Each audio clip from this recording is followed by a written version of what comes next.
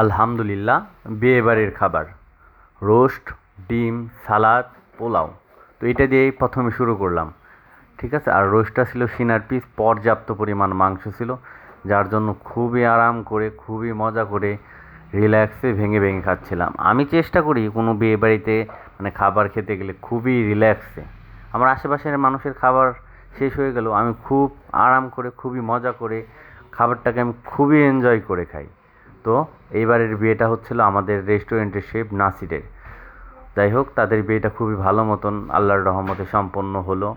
এটা আল্লাহর বড় একটা নিয়ামত। আমিও তাদের জন্য দোয়া করি, তাদের দাম্পত্য জীবন যেন সুখী এবং খুবই আনন্দময় হোক, এইটাই। তো যাই হোক, রোস্ট খেয়ে আমি নিয়ে নিলাম গরুর মাংস। আলহামদুলিল্লাহ, আমার খুবই পছন্দের একটা খাবার।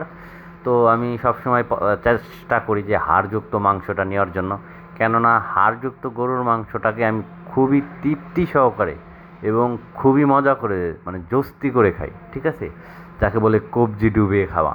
যাই হোক, আলহামদুলিল্লাহ। আর আমি বিয়েবাড়ির খাবারটাকে একটু ভিন্নভাবে, একটু অন্যরকমভাবে আমি এনজয় করি এবং মজা করি। মানুষের আসলে অনেক কিছুকেই মানুষ এনজয় করে, মজা করে। আমি বিশেষ করে বিয়েবাড়ির গরুর মাংসটাকে আমি খুবই আলাদাভাবে এনজয় করে এবং মজা করে খাই।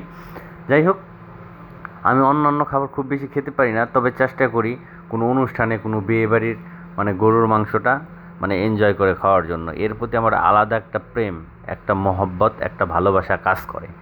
মানুষের থাকে না, কারো মেয়েদের প্রতি প্রেম থাকে, কারো নেশার প্রতি প্রেম থাকে, কারো ঘোড়ার নেশা থাকে।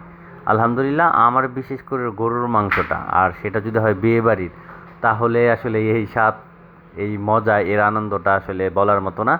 আমি চেষ্টা করি যে অতগুলো বিয়ের অনুষ্ঠানই হোক, যদি আমি দাওয়াত পাই, আমি এইসব বিয়ের অনুষ্ঠানতে নিজেকে অ্যাটেন্ড করার জন্য।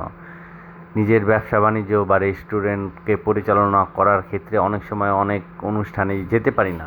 তবে হ্যাঁ, বিয়েবাড়ির খাবারগুলোকে আমি আলাদাভাবে ভালোবাসি, আলাদাভাবে এনজয় করি, যার জন্য সবসময় চেষ্টা করি বিয়ের অনুষ্ঠানগুলোতে নিজেকে অ্যাটেন্ড করার জন্য। তো আপনি কবে বিয়ে করছেন?